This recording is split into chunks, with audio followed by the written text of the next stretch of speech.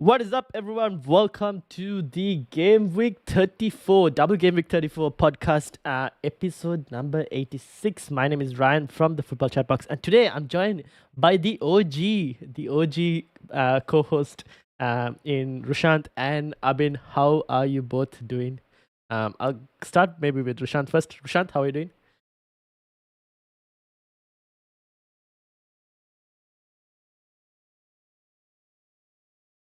Mm-hmm.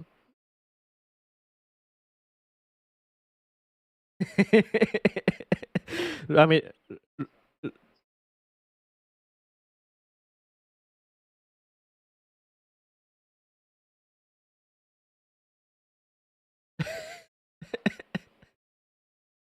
I know five. Yeah. So Abin has. Go ahead. A bench boost, yeah. Yep. Yeah. So all of us have the same chips, wildcard bench boost left. And I'm assuming all of us are wildcard 35, bench boost 37, maybe, in terms of that kind of plan. Abin has kind of avoided the FPL bubble and has been doing his own thing and is doing so well so far. So hopefully we are not the ones to like burst his bubble. um, meanwhile, Rushanth is off like he's come after like a 99 game week pointer to turn his season around. So we'll discuss basically just the doubles for this week, since I guess we're all dead ending. But before we actually get into the doubles, I don't know if you guys have had a chance to see this.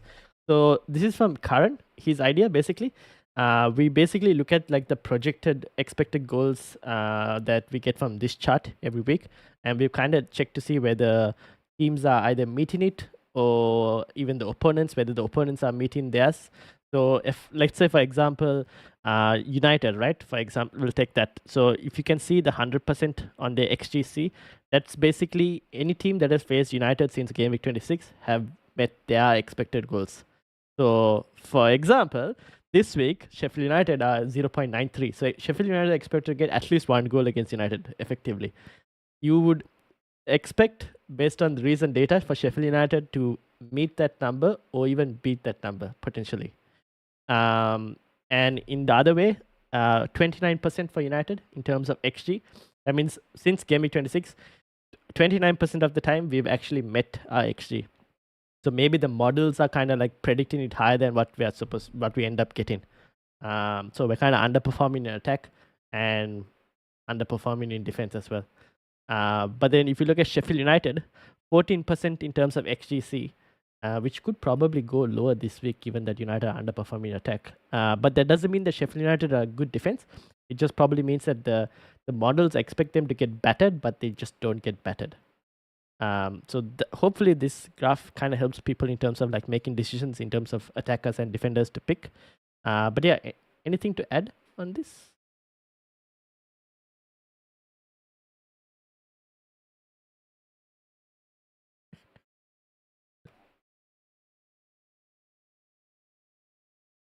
Yeah.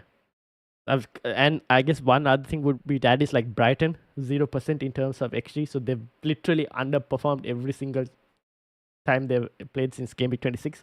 So for anyone having single game week City defenders, might not be a bad week actually, if you get it correct, as in like to who's starting. But that's basically it. Um, yeah. Hmm. Go. XGC. Yeah.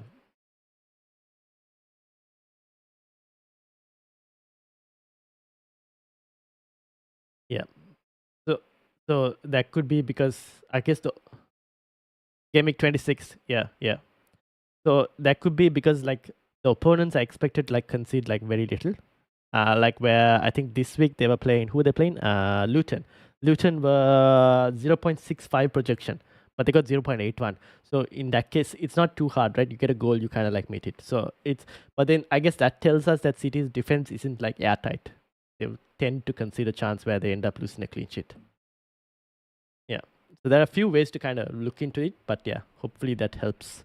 Um, Cool. All right, let's move over to the double game weeks. So we won't touch with every single fixture. We'll just talk about the doubles. So we'll go approach this team by team, I guess.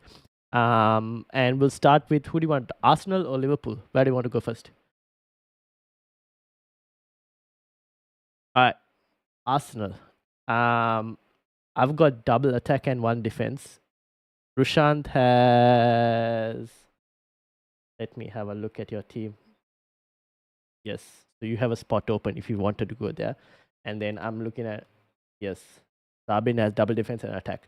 So now Arsenal expected to get 2.3 XG against Wolves and a 44% chance of a clean sheet. And against Chelsea, 2.3 XG against Chelsea and also 34% chance of a clean sheet. So not too bad. You would expect Arsenal to keep potentially 2 clean sheets.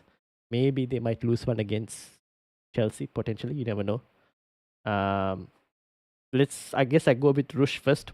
How are you approaching, given that you have an option open?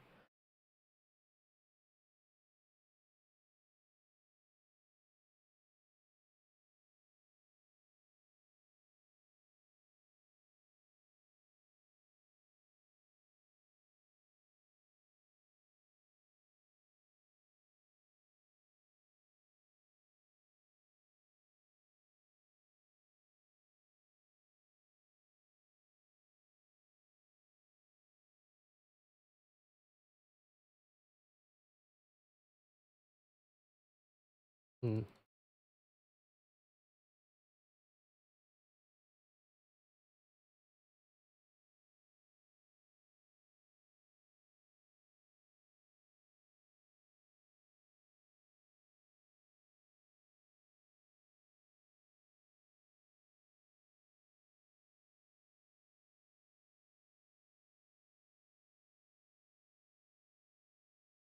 Yep, fair enough. And Abin, what's the plan? I guess you no plan for both of us, given that we tripled up.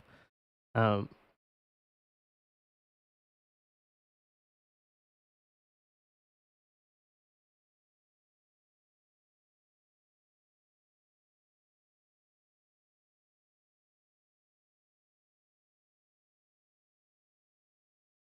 yep.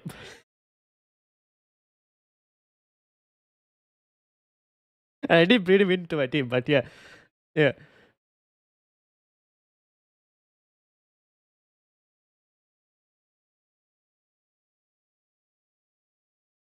Yep, fair enough. I mean, to be honest, I don't mind. Like, I think there's options for both double defense and double attack. I can see the upside for both, because the defense is just so good, and I think at this point the attack is actually the differential.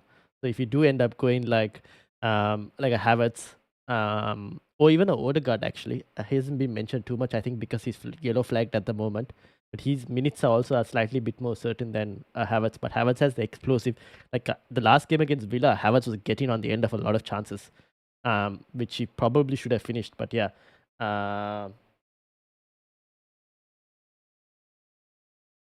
Yeah. Oh, I have made a mistake. It's been just mentioned. Where can you say something again? Hello. Okay. Looks like your audio wasn't going through. That was my bad. Okay. That was my bad in terms of audio not going through. Which has been pointed out by Mira. Thank you very much. So just to, I guess, I'll wrap it up again in terms of what you all said. Rush is looking at a differential given his rank, and also given that he has one extra open spot for Arsenal. And Abin and myself, we made our bed in terms of Abin's got double Arsenal defense and Saka, and I've got double Arsenal attack and Gabriel. Thumbs it up? Yep, that's right. Cool. And thank you to Mira as well for pointing out the audio issue. I would have completely misplaced it. I think it happened because I've switched from to the wireless instead of my usual plugged in, and I forgot to switch the settings in OBS. Okay, that's Arsenal. Let's move to Liverpool. Against 2 away games. One against Everton and the other against Fulham. I wouldn't consider both the easiest opponents to play. Maybe if Everton is the 16th Everton that turned up, then it's a different story. But given that they have a Europa League against Atalanta, I guess we should mention that also that Arsenal have their fixture against Bayern tomorrow morning for us, so we don't know what will happen there as well. But given how are we expecting this like Liverpool team to go? Do you guys have any open spots on your Liverpool's team? I guess. Oh, let's start with Yeah, I actually. do. Yeah, go ahead, Abin. Yeah, I think I do. Yeah, I mean it's interesting on how both, well, especially Liverpool's form has just gone away in the last couple of games, Mm, Atlanta and Crystal Palace. yeah, So it's just like, what do we do? Is it just a dip, or is it just, are they just run out of steam? I don't know. But you can't. You have to go with the form that they had before and just kind of believe in that. yeah. I do have a spot open. I think I've got two midfields, Saka and Diaz right now. Yeah, toying up with is it because I know Jota has made put some minutes in the last game. I'm not sure how much of the rotation risk that is for whoever. But tossing up between bringing Van Dijk or going with Darwin. So I haven't decided that on yet. Abin, not Abin. Rush, you have Bradley, who is now out for 3 Yes. weeks. Yeah, correct. So I got Bradley and Salah. Yeah, Again, I think Liverpool have a lot to play for, and I know Fulham and Everton away aren't, like you said, aren't the easiest of fixtures. Everton will probably look to bounce back, and they're definitely different at home compared to away. And I think that it's not going to be the goal fest that you saw last weekend against Chelsea. In saying that, though, I mean Liverpool are still title contenders, and they'll go hard. So yeah, I think double up in attack or triple up in total would definitely be a good call. Yeah, I do have Bradley, which is a bit of an issue for me. I am contemplating. I'll probably wait a bit closer to see Trent's news. Um, if that doesn't seem super likely, I'll probably ignore the defender and try to bring in a midfielder. So I don't have Diaz at the moment. That could be an option. Again, I don't know if I want to try something differential, but yeah, if I was to bring in Liverpool players, I mean, Salah Diaz would probably be my preference. I think you don't need to go for Darwin only because I feel like there are much better options in forwards yeah, at the fair enough. moment for the doubles. Yeah, like I've got Darwin in my team, and I with Jota back, with Gakpo back, and all the like Liverpool attack like fit and all. I am not too confident about his minutes, to be honest. So just gonna have to wait and see what happens actually with regards to Darwin. Uh, and like And the thing is, yeah, Allison is back now as well. yes, I'm sure that makes an impact to their defense, I guess. So we'll have a look how that plays out, I guess. yeah, So I like it. Maybe some clean sheets will do. And yeah, maybe I still one of my spots that I'm thinking is my goalkeeping spot. So it could be might be even Allison. I don't know yet.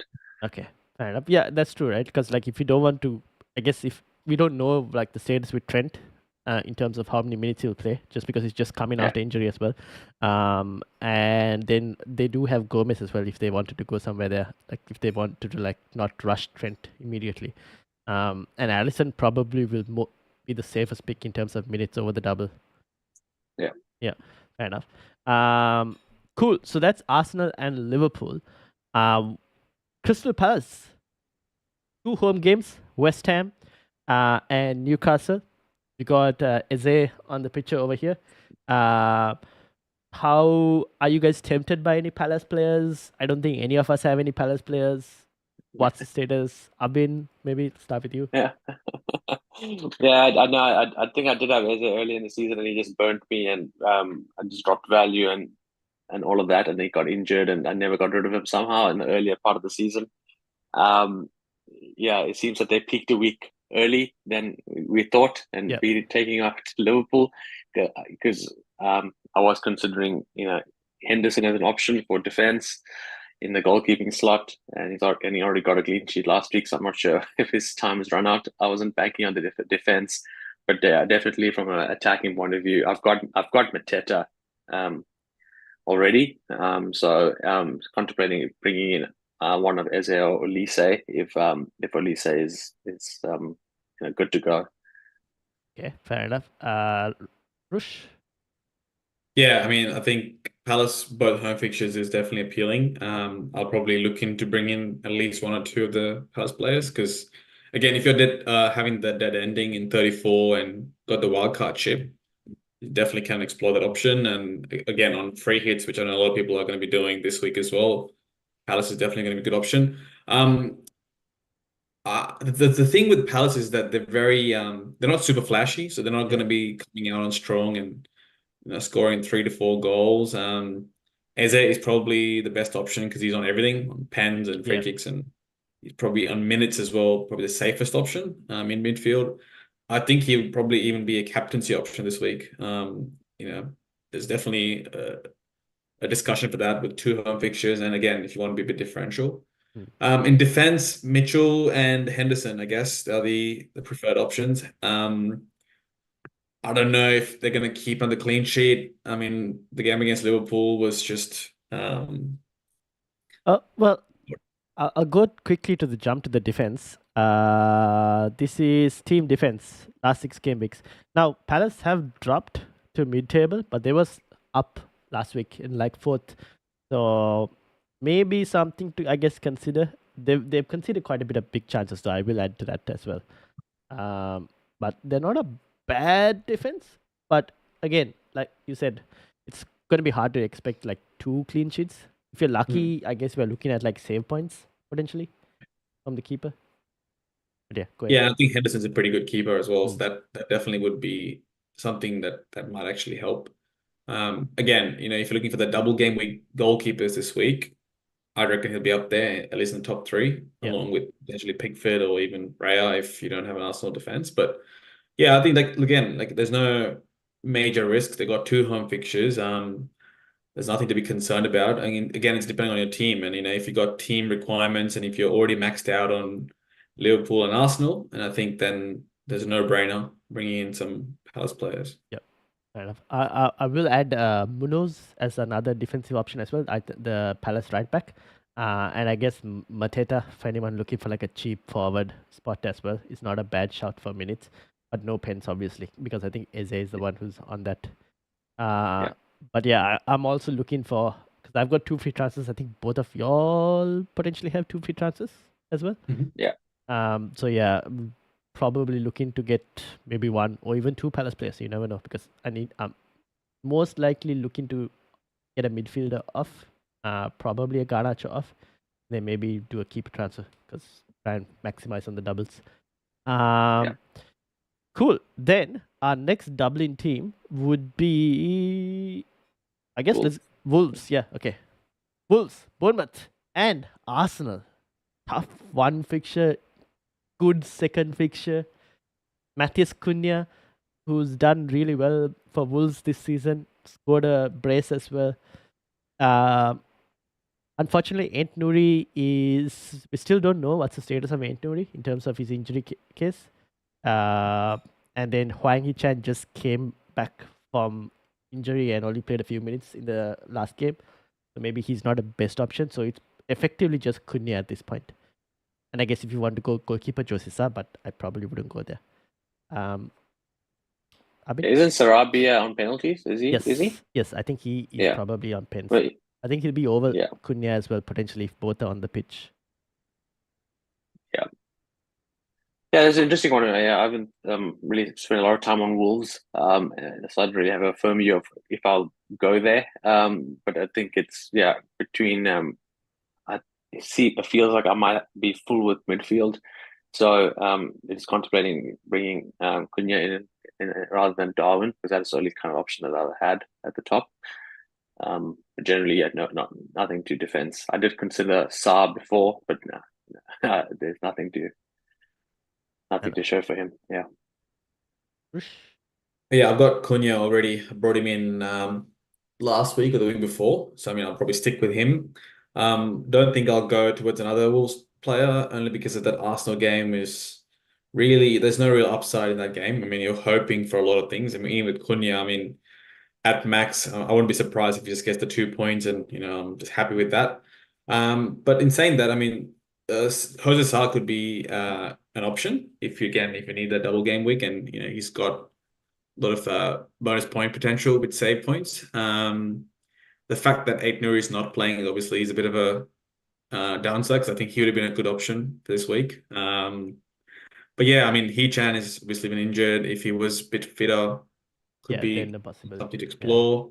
If you're on free hit, again, you could experiment with the double or triple Wolves if required. But yeah, definitely not a long-term pick. And with the fixture they've got left, they've got City, Liverpool, Arsenal, out in the next 6. Yeah, it's really the short-term punts that you're hoping for. Yep, fair enough. I think Cunha is probably the one that a lot of people will be looking at, especially on free hit. But then again, like you said, the Arsenal game is probably a 2-pointer. If you're lucky, maybe you get like a goal as well, potentially. But I guess it's that Bournemouth game that is the money fixture that everyone's looking at. Yep. Talking about Bournemouth, they also have a double against Aston Villa and Wolves. So 2 away games for Bournemouth. I guess for anyone who is not free hitting, I guess we've already bought our Bournemouth players. We probably are not looking to get any extra Bournemouth players. So if whoever we have are kind of like stuck with potentially. But then for free hit managers, is there a case to be made for like Solanke and maybe any extra Bournemouth, or just Solanke? I will go to Abin or Rush. I mean, I've got Zabani in. Yeah. Is it Zabani? But yeah, it's not like he's done anything much for me. So, yeah, I can't see any case besides Solanke, to be honest. Solanke hasn't been. He's had a lot of favorable fixtures, and I think hasn't been delivering as he should. So, not in the greatest run of form, I think. Rush? Yeah, I mean, a lot of people, like you said, probably carrying through those Bournemouth players from 28. Yeah, I think if you have Solanke, I mean, there's no reason to panic. I mean, you have Solanke, and if you've got a defender already doubling, like me, I'm gonna restart him, and there's no issues with that. Am I gonna rush to bring in another Bournemouth player? Probably not. Mainly because there's probably a lot more better options available. The players that you're probably looking at for Bournemouth are probably in that midfield or defense, which again, you've got a lot of options apart from Bournemouth. Tavernier is injured, which obviously, has a bit of a question as well. Yeah. And then Clivert and stuff. I mean, there's nothing really exciting about those. So yeah, I think if you got Solanke is probably the only decent option, I would say. No, fair enough. I think, would you get him on a free hit, Solanke? Team dependent, but yeah, I mean, if you wanna, he's probably the only Bournemouth player I'll consider. Yeah. And if there's a third striker spot, because the fixtures aren't bad though. They're not bad. Yeah. Yeah. I mean, look, it's Villa and Wolves away. Yeah. As I said, in your free hit, if you're bringing in at least one Bournemouth player, it's got to be Solanke. But again, it's totally dependent on how you want to play, and if you've got other striker options, and if you're going 2 strikers and you've already got some strikers locked in, and then you want to focus on 5 mids, then you probably wouldn't go with Solanke. But yeah, team dependent how you want to play it. Fair enough.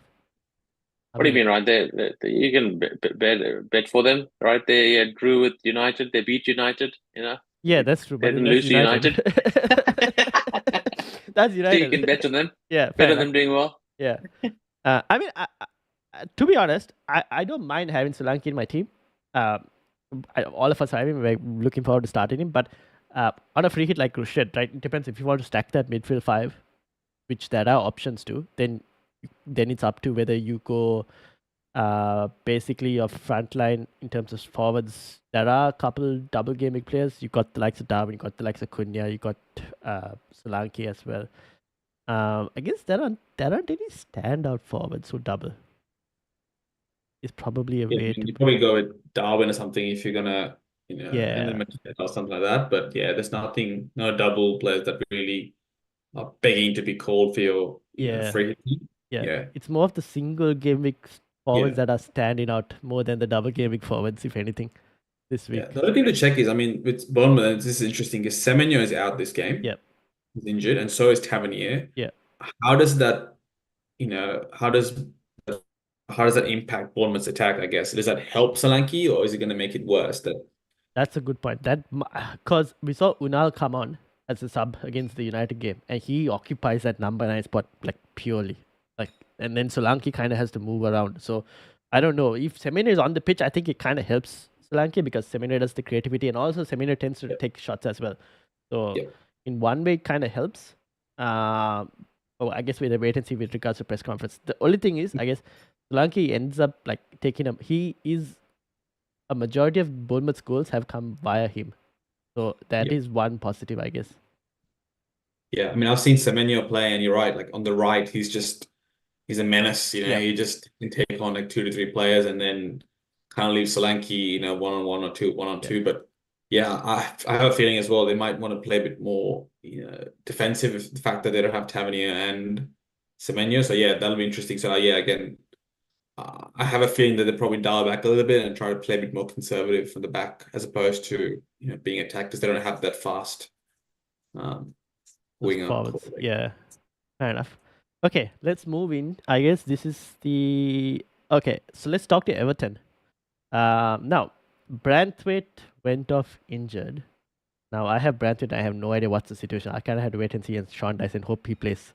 Because I feel like if Branthwaite doesn't play for Everton, it's a bit of a problem for their defense. He's like one of their pretty good defenders, if not their best defender for Everton. And Michael Keane is not the answer for Everton if he has to play. So, how are you guys approaching, like in terms of Everton? Are you looking at any players? Again, Pickford is another one for goalkeeper option. I don't know if we want to go for attacking players from Everton, given that they don't necessarily score that many. Thoughts? Yeah, that's right. I actually don't have any attacking thoughts for Everton at all. There's enough options with everyone else we've discussed. So again, the only contemplation is Pickford. I still haven't made up my mind, I guess, which goalkeeping option to go for. But he's definitely in the consideration. But I guess his performance against Chelsea wasn't inspiring, especially I think in the second goal or third goal. I can't remember that, but so. Fair enough. I brought in Mikalenko last week before the 6-0 thrashing. Again, I guess that was me bringing in a transfer to prepare for the 34 dead end. If I did see the 6-0 result, my transferring would be completely different, obviously. Fair enough. But so you got 99 points with Mikalenko. Oh, no, he's on the bench. He's on the bench. He's on the bench. Oh, right. Yeah. But he's not a bad option, to be honest. He's very attacking fullback. He's not, and I'll probably still end up starting him this week. But yeah, I mean, like, hopefully they'll turn around and the 2 home fixtures will help them. Yeah. I saw, was it Beto who started last week? Yes. Striker, and he missed a sitter. I saw that in the highlights. There was a couple of sitters that he should have got it in, and he didn't get a player to look out for. Everton at home is a completely different team, and Pickford again. Like I'm not writing them off. Last week he was garbage, like against Chelsea, and some of the goals was just purely just really bad defending and really bad goalkeeping. But they should come back. I mean, to what extent I don't know, but they got Forest first, which is good. At least give them a bit of a confidence boost. Relegation game, basically. Pretty much, really.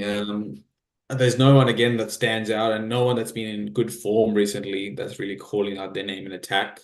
I think you're only, again, free hit teams, you probably go with like a defender, potentially Mikalenko or Pickford. If you want to be differential, and we just talked about the fact that there isn't enough strikers, that Beto guy could be someone you could punt on. Don't take my word for it, but yeah, if I was free hitting, I'd probably consider someone like that. I guess McNeil is another one in midfield from Everton, just to mention. But then again, I still probably wouldn't punt on Everton attack. Just not confident. Yeah, I was going to say, I think it's better choices also than the other teams. Yeah, fair enough. Okay, talking about other teams, Sheffield United, the final double game week team. They play Burnley and they play Manchester United. Some would say they have probably one of the best fixtures in the double game week, based on how you would want to look at it. I guess from Sheffield United's point of view, Barrett and Diaz is probably one of the players to look at. He's been scoring, and I guess this is where if anyone's want to pack a midfield five and want like a fifth differential midfielder, he could be one. But apart from that, anyone else kind of consider? Or just like, nah. Not at all. Well, with United's form where they concede at least 20 goals on thing, you probably bet against Diaz scoring one. Yeah, But that's no, the thing. definitely not anyone in their fans. I mean, I was actually considering Sheffield players as well, again, because they're playing Burnley and United, which it looks like it's a red on FPL, but we all know it's not a red. And we Agreed. talked about we talked about the stats as well before, where the first page where United's been 100%. Yep, in terms of conceding, they actually exactly. And I saw some of the highlights for Brereton Diaz as well. Look pretty good. And is it McBurney on penalties as well? Yes. As a striker. Yeah. Yeah, I mean, again, free hit. If I was free hitting, I'm definitely considering one of these two attackers, really. I mean, defense I'll probably stay out of, but definitely one of these two will be in my consideration for a free hit. Fair enough. Yeah. Cool. Anything else to add on? No? Okay. We'll wrap it up with the single game because I'll just put them out there. Haaland, Watkins, maybe even Isaac, to be honest, based on his form right now. Palmer. Are we actually going to be benching Palmer against Arsenal? What's the story? These are dangerous ones. This is based on past experience and stuff. We get excited for these double game weeks and all that, and stack with players just for the sake of, because they have 2 game weeks, and we overlook the players with single game weeks. And from experience, more often than not, I found the single game week players outscore these double game week players, because most of these players that you're trying to choose, would not choose them any other reason other than because of the double game week. So it's a dangerous game. Yeah, I agree. Rush? I mean, I guess we'll talk about Haaland first. You mentioned Haaland. City have quite a few games from now till FA Cup semis. They've got Champions League. So I'll bring this up, their rotation schedule. So this is from Radar FPL. I interviewed one of their co-hosts for Scout the Gameweek earlier this week. So basically, if you look at City, their rotation, so they got Real Madrid obviously tomorrow morning, 2 days rest, and then FA Cup semi-final against Chelsea. Then I think they have 3 days rest, which is slightly more than Arsenal and Liverpool. And then they play Brighton in the double. And then obviously 2 days rest. And again, Game 35, they play Forest. But I think there's going to be some rotation between Brighton and Forest, because I think it's either 2 days or 3 days again. After that, if they beat Real Madrid, they're in a Champions League semi-final. So it's quite a lot of games. And Liverpool is, I guess, even worse. It's just 2 days rest between Atlanta, Fulham, Everton, and West Ham, and all of them are away games as well. 4 away games on the bounce, by the way, for Liverpool. So yeah, continue with your Haaland. Yeah, I mean, I don't think Haaland will still play a lot. I mean, again, they're in the title race, and every game matters. And Brighton's going to be a hard game, so they'll play one of their better teams. They do have that 3 days rest in between Chelsea and stuff, which potentially could, help Haaland if he was playing full 90 minutes in Madrid and Chelsea. But again, if for me, I'm in a point right now where I've got 9 doublers, I think, if I do my transfers, and because Bradley's not playing, I'll have to play 2 single game players, and that potentially would be Haaland as one of them. So again, it's team dependent. If I was free hitting, it's easy enough for me to get rid of Haaland. If I wasn't free hitting and I'm at the stage where I'm right now, I mean, it's Haaland. As long as he plays like 60 minutes, I'm happy. Against Brighton, and we know how dangerous he is. So yeah, I think it's just the minute stress that I'm really worried about for City and the City players, really. Yep, fair enough. Abin, anything? Yeah, no, and it's just, I guess, let's just see what happens tomorrow morning as well, and after their performance and any injuries or whatnot. But generally you can imagine a bit of resting over the weekend. Yeah, fair enough. And I guess I would add like Watkins also now Golden Boot chasing. Another player against Bournemouth, good fixture. In general, you would assume that Watkins could, if not, probably even outscore. Yeah, but it's tough to make those transfers Yeah, that's make a right. transfer A for a single single game game week week. player. Yeah, Unless you have him, then it's like the decision that we have to make about with Palmer, are we going to start him or not? yeah, Like, I think those decisions, but bringing in someone that you don't have already yeah, and only with the single game week, I think will be tough to do yeah. that. So you probably just if that. So okay. So then with Palmer, would you, if you were to bench him, would it only be for like a double game week player potentially? Yes. What about, I guess this is going to be a big question as well. Would Yeah. you start Palmer or Haaland? Oh, that's a very good question. I would probably start Haaland just because, Haaland. because Palmer Yeah. is playing against Arsenal, and I have to kind of trust Arsenal's defense to be Yeah. elite and do what they've been doing all Yeah. season. Agreed. The other thing is Palmer, I feel like is better when he's playing at home compared to away. Now, I won't be surprised if Palmer gets like a penalty or something because Chelsea have been getting a ridiculous amount of penalties for the last couple of game weeks. So I won't be And they'll be surprised. They're fighting for fighting the over penalty as penalties. well. They're fighting over penalties as well. So I won't be surprised if he does get, because end of the day, he is a golden boot chasing as well. So he will have that in the back of his mind in terms of like trying to get goals. But I would still probably go for Haaland because I feel like the Brighton fixture is easier than the what do you call it? Chelsea, the Arsenal fixture for Palmer. Yeah. Agreed. Cool. Oh, and one more player I would add is I know United have been in an absolute shambles of a form, but Bruno Fernandes is not a bad shout as well. Just to add for a free hit if anyone has. Not a bad consideration given that he has penalties. And we tend to score 2 goals per game since 2024, I think, if I'm not mistaken, if my stats are right. Do we? Yeah, I think so. I heard Oh. that on commentary somewhere, and ever since I heard that, I've been monitoring. We've just been scoring 2 goals. So I think that is right. Who's but scoring those goals? I just can't. Yeah. Garnacho. Garnacho, Bruno, maybe Kobe Mino. Yeah, But we just need Hoyland to just get back on form, Yeah. after the injury. so I guess that's something maybe come to Gameweek 35 wildcard. That's another thing later on to think about. Cool. That's basically it for fixtures. But I'm going to touch on any of the others. And I guess we kind of mentioned this in terms of rotation. Liverpool are the ones I'm slightly worried about. And then obviously we have Arsenal and City. And then when to play your chips. If you have chips left, I think these are some of the weeks you could probably look to play it. A lot of us will be looking at wildcard 35, bench boost 37. For those who have triple captain, I think this might not be a bad week to play it. But I Who did you also, play it on? this is a very good question, and we'll get to captaincy when we get to it. But I also don't mind game week 35, honestly. To be honest, given how Spurs and Villa are defending, I think Chelsea, Palmer might not be a bad shout as well, potentially. But since you mentioned that, captaincy. Who would you captain for this week? I think there are a few considerations. Salah, maybe Saka, maybe Eze. I wouldn't even put Havertz. Like, I think Havertz is also not a bad shout, to be honest, as a punt. Yeah, this is the question for me. I mean, yeah, you got me. Sorry. No. I was just going to say it's probably safe. I mean, if I do bring Eze, that's a pretty good shot. But obviously, that's going out of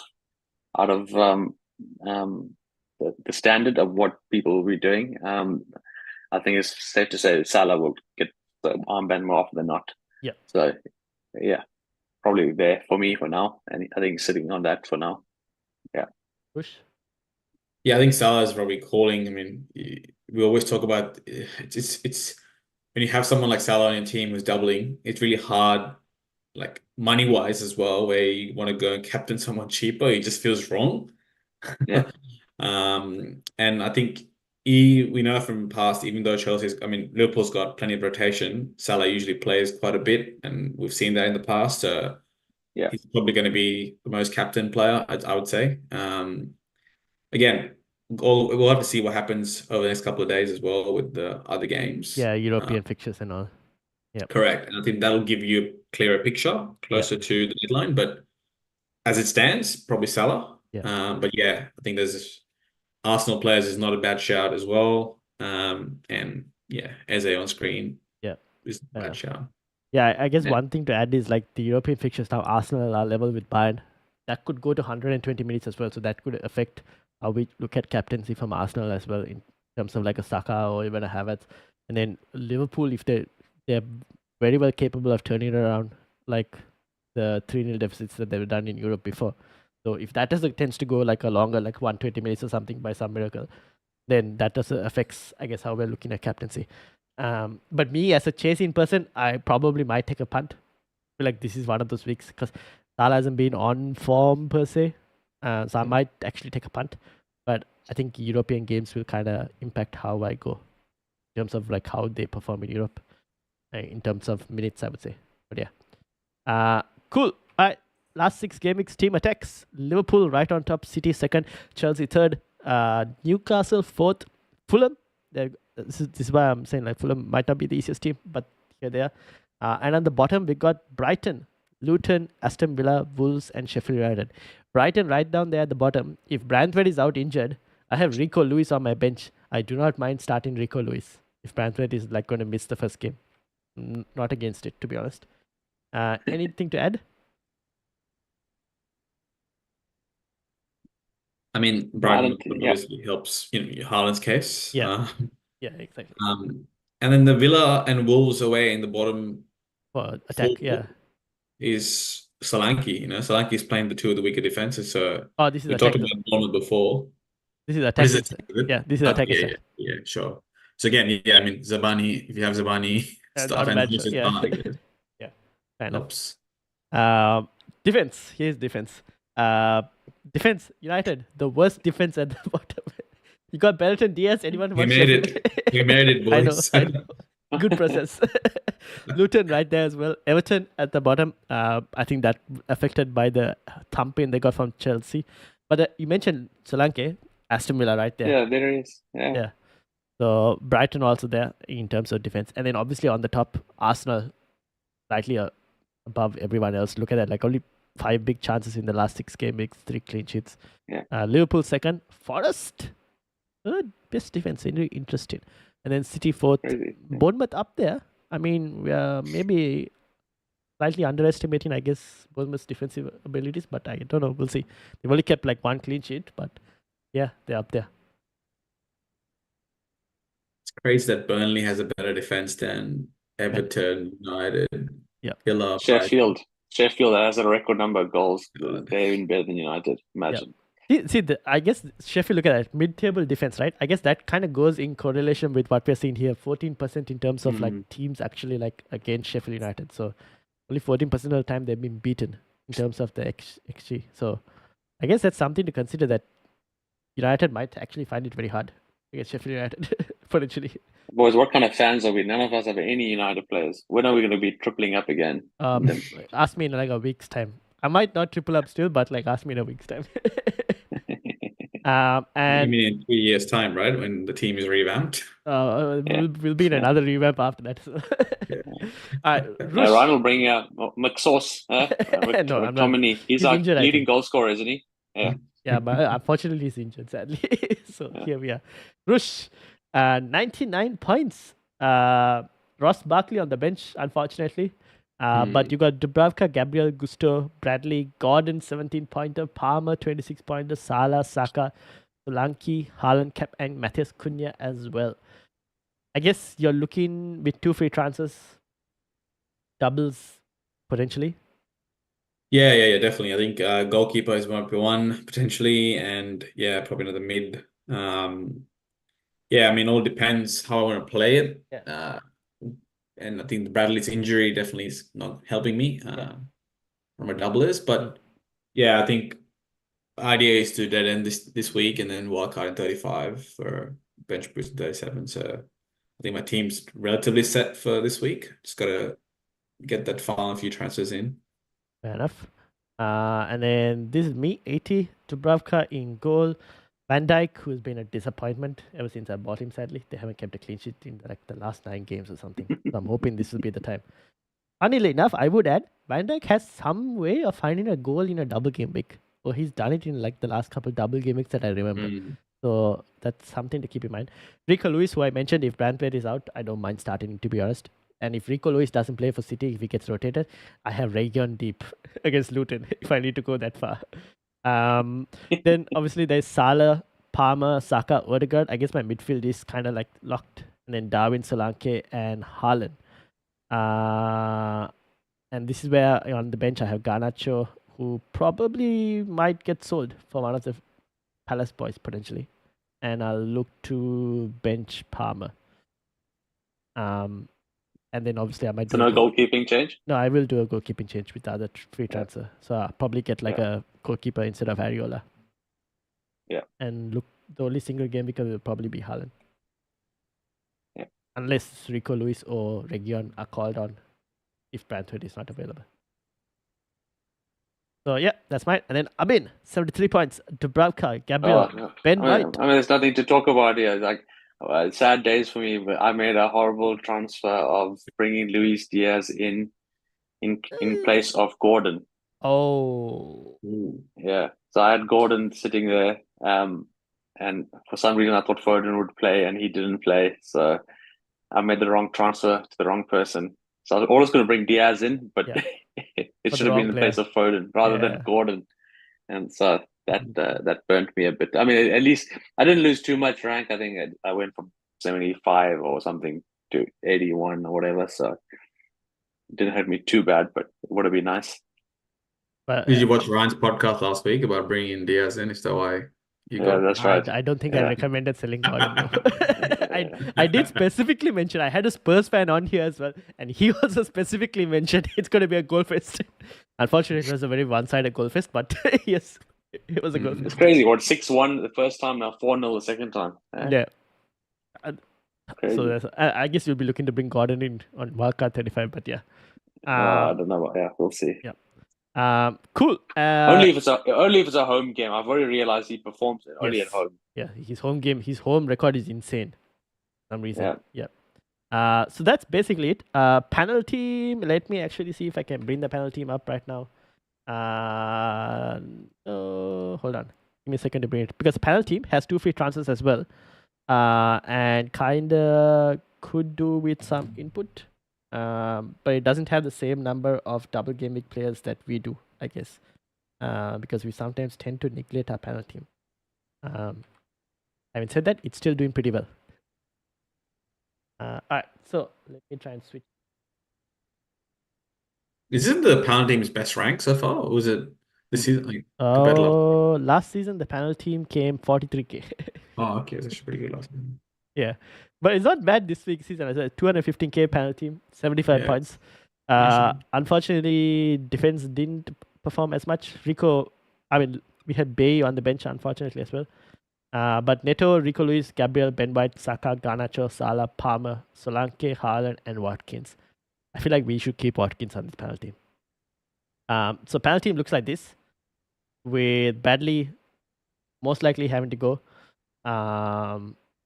We probably play. I think we might even potentially play like 2 to 3 double game weekers 2 to 3 single game weekers this week, potentially, based on what you guys. Your match is playing Sheffield, right?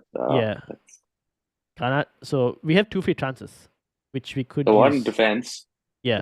For Bradley, and then the other either in. I think probably will be in midfield. Because we have 3 single game week players. I just don't know how we're going to do it. Is this team also wildcarding next? Yes. Yes, wildcard 35. Okay. So it's a dead end in. So this is where we're slightly short on budget due to having Watkins as well. So it's a bit more harder navigating. I think it's just about which single game week players do you want to start, because there's obviously a lot of single week players who have good fixtures. Yeah. It's got to make a decision. I don't know if we need 2 Villa players there. Yeah, so Bay can go. I think Watkins we probably keep as a differential. His ownership is just low. Keep the Solanke, Haaland, leave that. So then the question is, with those 2 free transfers, like defender, who do you want to get in? I mean, we have nothing to work with there. The budget. Yeah, that's the thing. That's the problem. So maybe we'll start with like the midfielder. Who we want in midfield? Well, that's what we have can only be Crystal Palace or Wolves. Yeah. Palace or do you want to try like a Liverpool, like a Jota or something, if he's fit? There's no ways we'll afford him. Yeah, I We've don't only know got 10 million to play with. Yeah, not possible to. I think it's like between Sarabia and how much is Eze? I don't know. Eze is 6. Let's put Eze in, will you? And let's see what happens. So we have 4.6 in terms of defender. I think you can get what? Let's see what you can get for 4.6. You have Tarek Mitchell. If you want to do, we could go Munoz as the other Palace defender. Munoz is I would say is pretty good. 4.5. So we could go double Palace defense. A Palace defender and an Eze. Yeah. Sounds good. Or Yeah. I mean, they both pretty good. It's tight budget, so it's. I think the options were only there more Wolves to play with, and Wolves we're not changing a striker for us. And early option is to bring maybe Sarabia in. If Nuri is not in, it's not available, right? So, no, but even if he was, I don't think we can afford him. He's 4.8. Okay. What about the Sheffield Brereton Diaz? He's one player I was looking at, but I obviously chose not to because being Sheffield. But he's 5 million. So if we were to go like Brereton Diaz, then in defense we have at least 5.6 to play with. Although, who would you want at like that 5.6 budget? We already have double Arsenal. I guess it's Liverpool, but Robertson and Van Dijk are more expensive than that. And then the other defenders, we're not sure in terms of minutes. But we can't back Diaz against United. Come on. Yeah. Wait, what are we saying, Rush? No, so you can still have Mitchell in defense. Oh yeah. And I guess it's the decision about, do you want to have like Diaz or Eze as a midfield option? Yeah, true. It's that, or if we get news that let's say Ent-Nouri is fit and will play both games, you could do Ent-Nouri and maybe go an Olise instead in midfield, because Olise I think is 5.6. That's also a possibility. Yeah. So maybe just hold that off and just leave those options. Yep. Cool. For Friday. All right, cool. So that's basically it. We got one quick question from Quinton, FPL Amateurs of Oz, who I recorded a free hit video with. That's on the channel right now. And he's basically asking thoughts on Bruno and Robertson for the free hit, and Neto or Henderson for free hit. First one, Bruno and Robbo, thoughts, free hit draft? I'll be leaning towards Robbo if you don't have a Liverpool defender. I mean, you got the double, that obviously helps. I mean, they're two different positions. So I think as probably deciding on his last particular spot whether he wants to go a midfielder or a defender. If you were comparing a double game week defender, a midfielder, and Robertson, then I'd probably lean towards the double game week midfielder. But the fact that you're considering Bruno as a single game weeker versus Robbo defender, I'm going for the double game week player. So, I mean, that's my thinking. If you want to get both, not bad. If you have room for both, and if you really want to push towards Bruno, yes. Typically on a free hit, I mean, this is just my strategy. I like to go with as many doubles as possible. Yeah, fair enough. And as much as Bruno did score 2 goals, I'd like to. He's basically, it's either Bruno, Olise, or Jota. I probably lean more towards the double. I'll lean more towards the other two. Yeah, Olise, Jota, definitely. They're much better. Yeah, and then Robbo, Munoz, or Dalot. I think Robbo probably the best option out of that lot. Yeah, Robbo, Munoz. I mean, again, doublers, right? Yeah, doublers. Yeah, exactly. Plus there from Man United defense, please. No. He's a Man United defense. What to do? Oh yeah, we all are. I know. It's very hard, but I know. We've got to make that decision sometimes. 3 of us are United fans, but it's hard for us to. And then Neto or Henderson? I like it. Yeah, I mean, I'd go the Henderson. Yeah, for sure. Not for sure, but I think based on their fixtures. Yeah, true. Same. Cool. I think that's basically it. So thank you to everyone who's joined. Thank you to Quinton, FPL Freddy, FPL Mez, who did a stream just before us as well. Go check her channel out as well, who is also on a free hit. And then Karan, FPL as well. Thank you so much. And Quinton finally says, surely United can dominate Sheffield. We will wait and see. I don't know. We're hoping, but we'll wait and see. Yeah. So thank you all for watching. Thank you to Rush and Abin as well. If anyone's watching this back at the start, unfortunately I messed up with the audio, so that's a slight problem, but If you kept up to this point, thank you very much. Hit the like button, hit the subscribe button. We've passed 700 subscribers. So the next goal is now to get to 800 subscribers and then to 1,000. So let's try and get there. Share it with your friends as well. And yeah, thank you everyone. And we will see you all. I'll see you all for deadline stream on Saturday. Thank you. See you guys.